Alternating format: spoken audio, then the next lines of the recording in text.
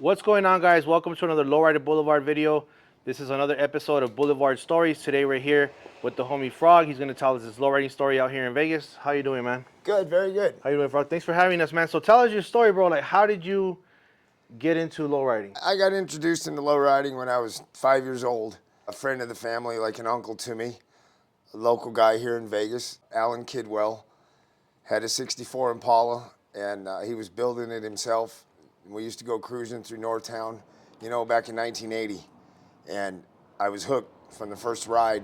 The feel of the bounce of the hydraulics and the lines of the Impala, I knew at 5 years old that's what I wanted to do.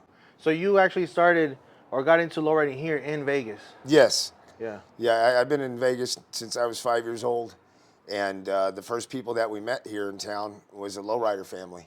I've been around lowriding ever since. I've never left it. It's been a part of my life for 45 years now. That's when you caught the lowrider bug, but then when did you get your first lowrider? I got my first lowrider, this car here, when I was 18. Oh, okay. I spent 13 years being a kid and going through life as a teenager and kept my dreams focused, and as soon as I could get out and work, I started making some money, and I saved it up, and I bought my Impala. That was my dream car. Yeah. And I've never let this one go. It's been with me since I was 18 years old. You've had this car 32 years for in 32 May. years now. Yeah. Yeah. And at what point did you get into the hopping scene? About 2012, I just got really burnt out on the show circuit. Okay. Getting up at 4 in the morning and wiping cars down. Working long nights for weeks on end just to get to a show and put it on display just wasn't gratifying anymore. I didn't want to do that anymore. And not going to the shows is pretty boring when you just have a lowrider, nothing to do with it but cruise the city. So I was looking for that little bit of extra, and Yeah. I decided I wanted to hop the car. So we made the transition from show car to hopper. So this car right here was pretty much your show car that you were taking into the shows Yeah. before you started hopping it. Yeah, we were going full display, tires off, trunk hood open, mirrors underneath. Okay. And I couldn't really enjoy it. Every little thing bothered me, every little scratch and a little piece of dirt on it bothered me, and I really couldn't enjoy my car anymore. It was like a piece of art that you didn't want nobody to touch. Yeah. And that's, to me, that's not what these cars are for. These cars are to be driven. Right. So I just gave it up. Nothing's ever perfect, and I realized my car was never going to be perfect. I was just going to enjoy it. So we live with the scratches, and we keep riding. That's right. What was the scene like back then when you turned 18? At that time, like the lowrider scene, the hopping scene. What was it like out here in Vegas? Vegas is pretty active. We're talking early, mid-'90s out here in Vegas, and there was a lot of people interested in the lifestyle and the culture. A lot of people got into it, had lowriders, and we used to come out in big groups, which made it really fun because no matter what level of lowriding you were on, there was always somebody out there that you could talk to about it, and there was always somebody out there to compete, whether you had a stock street car that you were cutting or you were building a turntable show car. Mm-hmm. There was always somebody out there on your level, and the hate wasn't there. I think that's what's going on today is there's a lot of hate, at least in this city. I see a lot of guys looking down and talking bad about other guys because they're just not up to what they think their level should be. Right. And it used to be 25, 30 years ago, it used to be just unity, and everybody was happy that we were keeping this culture alive. We were putting rims and hydraulics on cars and doing things that you shouldn't be doing, and we did it together like a community. Yeah. And now it seems to be a lot of judgment, and people thinking that they're better than people because of material things that they own. And that's not it. We're just all real people doing the best we can, whatever that means. Right. We're just all people doing the best we can, and we should support each other. Right. What were some of the guys that you would say are still around today that you'd see back then when you first started lowriding that stood out, or guys or clubs that stood out to you when you first started? I think the first car club that really caught my attention, we're talking way back in the early 80s. I was in elementary school walking through the streets on the east side, and I seen the Tiempo Car Club plaque in the back of Ray Ray's lowrider, his Grand Prix. And just that lowrider look with that brass, old school brass plaque on the back, I just fell in love with the idea of a club. I think I was probably about 8 years old. And I just knew that along with the hydraulics and the Impala, I wanted that plaque on the back. Yeah. Yeah. And, it took me 13 more years to get in there, but I actually started out, my first car club in Las Vegas was Tiempo Car Club. Oh, okay. With the Maldonado family. Right. So much respect to them to this day. Yeah. Talking about clubs, what kind of role do you think car clubs play in the lowrider community? Like, how do they help shape the whole lowrider culture in general? I think the car clubs are the role models of the culture. Each car club has their own standards, whatever those are, but we as a group in car clubs present cars to our standards, and we show the world and the community that's interested what we do with our cars. Right. And if they choose to invest their time and their money, this is what we do. And on top of that, the car clubs are usually the ones that organize the events. The car clubs throw the shows, the car clubs throw the hops, the car clubs throw the picnics. You don't see a lot of solo riders doing organized events, and that's what keeps the culture alive, is us getting together and socializing as groups as one. You just hang out with your car club and that's the only people you hang out with, you're going to miss out on this culture. Right. And even if there is anybody throwing an event that's not in a club, you still need the club's support. Like, you're not going to do it on your own. You know what I mean? Somebody has to come out here and come out there and support. And we've seen that over the last few years, with all of these production companies coming out and throwing lowrider tours around the country. As soon as one of these clubs decide that they're not going to support your event, your event starts losing attendees. Not just that club, other clubs will follow suit. So I think on a political level, clubs hold a lot of weight in this world. Yeah. Talking about clubs, tell us a little bit about your extra petty plaque. How did that come about? The extra petty's mine. That's brand new. I just put it on the car here in this last month.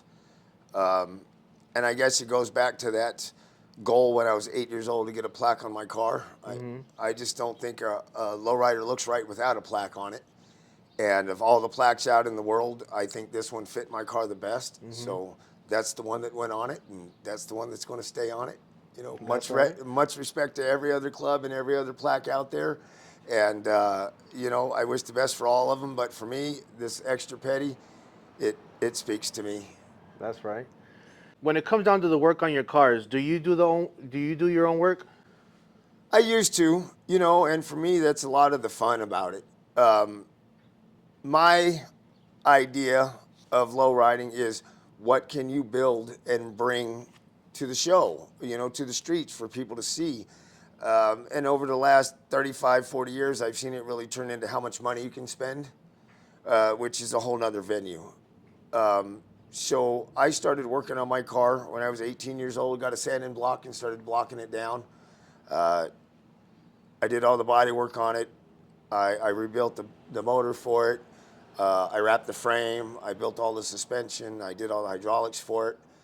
When it came to the interior and paint, I had to go to the pros because I didn't have those skills. But I took a lot of pride when I brought that car out. And I showed what I had built with my hands in my garage. And I was competing with other guys that had money to go to shops and have all that work done. And now, I've worked hard in my life and I've become successful. And I can pay people to do things for me today. And I tend to spend my time in my old age enjoying life more than working on cars. That's right. So if I can pay somebody that I trust to work on my car nowadays, I'd rather spend the money and enjoy the time with my grandkids. Yeah. But there's nothing on this car that I can't do. I'll take it apart blindfolded. Right. So. And at that time, when you were doing all that work on your car, is something that you just kind of learned as you go type thing, or did you kind of grow up working on cars, or how did you learn to do all that? No, I didn't even work on my bicycles. The first mechanics I ever did on anything was on this Impala. And it was just a matter of, I had a lot more time than money, so I put some wrenches in my hand and just started experimenting. What happens when I turn these bolts? And, I got in real early with the guys from Tiempo Car Club that really mentored me. So they pointed me in the right direction, and anytime that I needed some help with anything, they were always right there to help me, and they really guided me through my build. Right. And it was pretty much self-taught with guidance from the OGs that had done this before me. Right. Would you say that this 62, as long as you had it, is pretty much the car that put you on the map when it comes to either the show scene or the hop scene? Oh yeah, anybody that's been around low riding in Vegas knows this car and knows me. It's my staple.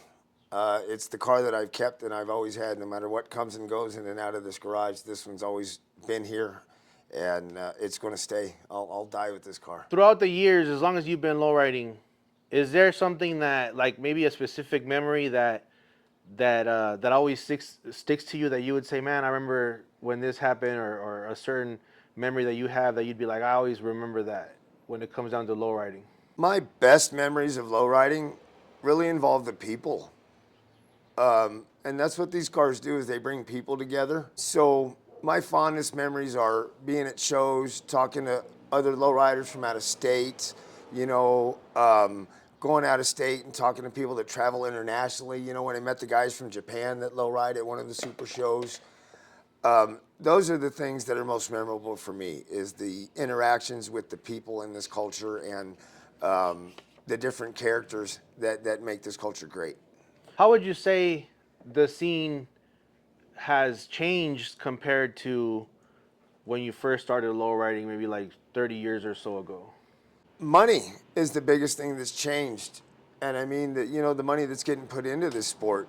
You've got a lot of people that want to get recognition in the lowrider world, and they have the finances to do absolutely anything they want. So when they step into lowriding, they can automatically have that number one car, whether it's on the show circuit or the hop game, and they're automatically, at the top of everybody's list. Mm-hmm. But they haven't put in the work. They bought their way into this culture.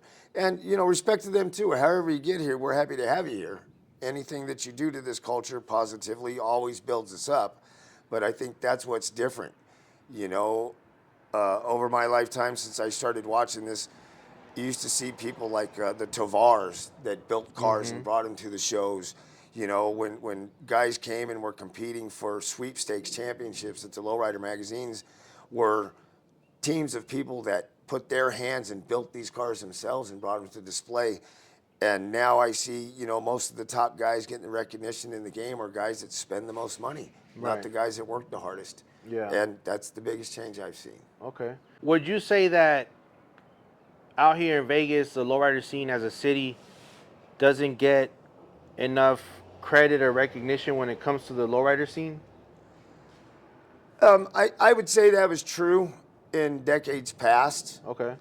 Definitely the 70s, 80s, and 90s, really for a long time there, Vegas did its thing and nobody noticed us because all the cameras and journalists were focused on the West Coast in LA. Since the 2000s, the last couple decades with social media out there, I think recognition comes from the work you put into it. Right. We've got some all-stars from Vegas that were out there doing the same stuff the guys in California were doing. We just weren't being put on the covers of magazines because we were out in this little desert. Right. And now, if you've got something that caliber, you post it on social media and the whole world knows you anyways. It doesn't matter who's looking for it, you're out there showing it. So Right. I think that's the biggest change is social media has let everybody get a chance to get their recognition. So if you haven't got your recognition in the last 20 years, it's just because you're not putting in the work to get it now. That's right. That's how I feel. Right. You mentioned like West Coast, obviously like Southern California. There's lowrider legends that are pretty much known throughout like the whole, or cars, whether it be a person or a car. Absolutely. That become like famous or known throughout the lowrider world. Who would you say out here in Vegas, maybe whether it be a person, a rider, or a certain car, that you would consider them to be that type of lowrider legend when it comes to the whole lowrider scene? I'm going to have to apologize to dozens of people because I'm going to miss a bunch of them. There's a lot of them in the city that definitely deserve recognition. But the ones that really stuck out to me in this city were people like Dragos from the Street Players Car Club. You know, he was putting convertible Chevys with chrome undercarriages on the bumper 30 years ago. And you go to the 7-Eleven and you'd pick up a copy of Lowrider magazine, and there was VMAX on the cover hopping his yellow 61, ripped to the legend, VMAX, you know, absolutely. But I was watching men in my own city do the exact same thing, and if you weren't in Vegas, you didn't even know who he was because nobody pointed the camera this way. That's right. So, you know, we've got people in the city like Jim Brown, that's from One Love Car Club, that is hands down one of the best car builders in the world. I mean, that everything that guy touches is quality. Every single car. Still Cole from One Love Car Club. Everything the guy touches is immaculate. You know, they're exceptional car builders. And, you know, unless you're a Vegas local or you're a big show guy, you don't really know those two guys. But they definitely deserve the recognition. And I think, you know, the Fat Boys family, Joel and Tony and Shorty, and most definitely Pops, you know, these guys were in Vegas locals, winning world record hopping champions in the 90s, and took a lowrider to Japan in the 90s and represented lowriding for our whole culture. And it came right out of this little city right here. So, you know, when you want to talk about legends, you know, there's 4 of them that stand out right away. Can't forget Dave Ayotte, the founder from Royals. You know, rest in peace, Dave. Dave really showed our community here in this city that you could be a successful businessman and a successful lowrider at the same time. And I think that was guidance a lot of us were looking at coming from the streets. We didn't really know how to be professionals and lowriders. Right. And Dave kind of paved that way for us. And, you know, Dave said something on a video one year that I'll never forget. He said, you know, this is Vegas. We ride and we hop. And I've always lived by that. You know, it doesn't matter if your car hops. If it doesn't drive, you know, it's just a hopper. It's not a lowrider. Right. And my car, it rides and it hops. Thanks, Dave. What do you think makes a lowrider? Like, if you were gonna build a lowrider, I always tell people like maybe like 2 or 3 things, but it doesn't have to be 2 or 3. Like, if you take a car, say you just got a brand new Cadillac, brand new Impala, brand new Lincoln, whatever, and you're like, I'm gonna make this car a lowrider. What are 2 or 3 things that you have to do to that car for it to be considered a lowrider? I think the 2 main things for us are the hydraulics and the rims. I started in the bolt-on wire rim era. You know, I'm a little younger than the Kragers, so I think everything should be on wires. Your choice, 13s or 14s. You know, whatever you prefer, but nothing bigger than 14s. And hydraulics. You know, if you don't have the dedication to cut holes in your car and put fluid on it, I think it's the easy way out. When you put airbags on a car, you have that look and you have that motion, but it doesn't take the hard work that it does to maintain a hydraulic system. You know, when you have hydraulics, you're constantly wrenching on that thing. You know, you got to be a part-time hydraulic mechanic when you got hydraulics in your trunk. Right. You know, so I would say that. Hydraulics, you know, that's number 1 for me. If you don't have fluid in the trunk, it's just a lifted, lowered car. Right. It's not a real lowrider's on hydraulics, no matter what it is, from a Volkswagen to a Chevy pickup. If it's got hydraulics on it, we can start there. Right, right. I know everybody has a different perspective depending, I guess, on how they got into it. Like you said, maybe you're younger than the Kragers and stuff. Maybe some people grew up on the Kragers, so that's a lowrider to them. Absolutely. So I just like to ask everybody's, you know, perspective or idea on what it is to them. Sure. You know what I mean? It doesn't mean that that the other one, if that's their lowrider, then that's a lowrider to them, then that's okay. You know what I mean? Oh, you know, there's some very beautiful cars out there that are still, you know, 70s style, I call it, early 80s style on the Kragers. You know, I've got a buddy, Rudy, out in California with his glass house that's been on Supremes for as long as I can remember, and every shot of that car is gorgeous. You know, it doesn't take nothing away from the car. Right. It's just that, you know, I fell in love with the wire wheel look and that knockoff nut. When we went from the thumbtack caps covering the bolts to having true knockoffs, man, that was groundbreaking for me. And I've just never lost a passion for the look of a knockoff wheel. Yeah, that's right. We talked a little bit about how the lowrider scene changed. You mentioned like maybe like now it's about money or people getting the scene easier or like the hate stuff like that. What do you think can be done out here in the city, especially because I consider Vegas a little bit young when it comes to like the whole tradition and culture. Younger maybe than other cities where they've had this kind of culture for like longer. But as the city grows and grows, we're getting more people, more population. There's coming people from other states that are flying in here and building their life out here, and they're getting into the car scene. What kind of things we do as a car community, as a lowrider community, to make sure that this car scene or this world like lasts longer? My answer to that question today is communication. I think there is a lot of pride in a negative way in this city that a lot of people need to set aside and go talk to somebody. When you have conflict amongst your own people, looking from the outside just makes us look bad. And there is a lot of conflict with people here in this community, and there's no reason for it. We all want the same thing. We all want to have nice cars, and we all want to attend events with our families in peace and have a good time. And when we bicker about small differences, I think that makes us look bad from the outside. It's such a secluded culture that nobody really knows about us unless you're in this culture. And when people from the outside try to learn about us and look at us and see us arguing, I think it makes us look bad. So I think life is too short to fight or argue about anything. I think whatever the difference is, I think we can all come to the table and fix it with conversation, and everybody can be happy. We all don't have to have brotherly, sisterly love, but we can definitely be cordial and wave and say hi when we see each other. Right. That's it. There's no reason to argue with anybody about anything. Wave and say hi and just be happy that we're all alive and still here to talk to each other. That's right. What would you say is something that today's lowrider scene can learn from, or if not learn from, that you would say, man, you know what, today's lowrider scene is great, but I wish it had a little bit of this, like something from back in the day? I think one of the biggest things that we understood back in the day was we were representing this culture, each and every one of us, no matter what car we had or what level we were on in this low riding scene. We were all representatives of this lifestyle.